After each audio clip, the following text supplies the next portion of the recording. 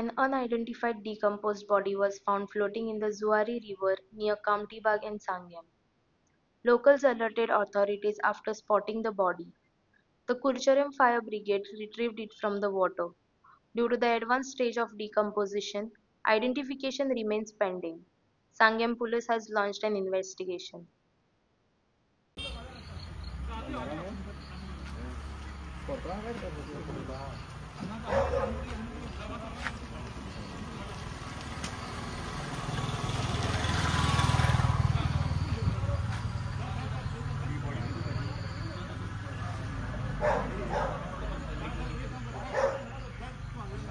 ते आज सांजचे आयज थंय जुवारी नदी फाट्यार थंय संगमेश्वर न्हंय ती व्हांवता पळय ते सकयल कामतीबाग म्हणटा थंय एक डेड बॉडी मेळ्ळी कडेन.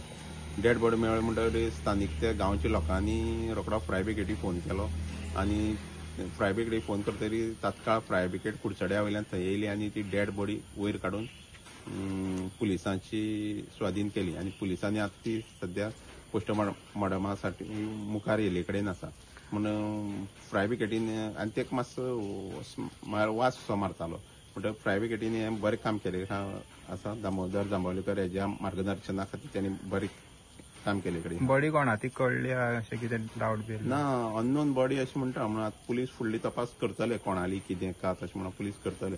पुलिसांनी तेजेर बरें मार्गदर्शन केलां. ती डेड बॉडी सकयल्यान ती धड आहा ते धडये वयल्यान तेणी उबारून हाडल्या.